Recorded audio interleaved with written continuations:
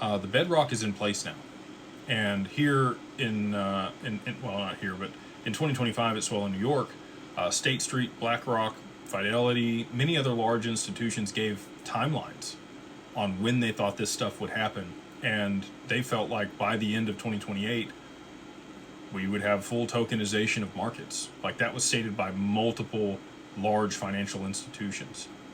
And for that to happen, like we've got to get liquidity into these networks. We've got to get adoption, and we've got to get to work. Tokenizing real world assets on chain, and we have to have settlement and payments first. That is the first thing that has to be in place after digital identity and custody are in place for these financial institutions.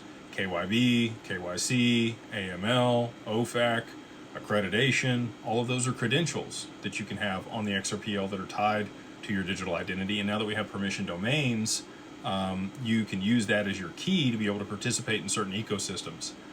Banks and institutions want to know the counterparties they're working with. They want to have visibility into that, and they want to be able to operate in private permissioned ecosystems alongside the public mainnet in order to be able to participate in a secondary market where they can access liquidity for these tokenized assets.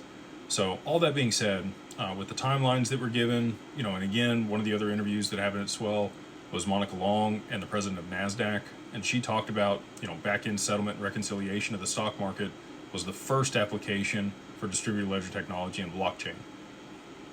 I know that that's been sitting in the background for years, developed Project Ion with DTCC and R3. So, that's been finalized in August of 2022. All these things are ready. All these things are in place.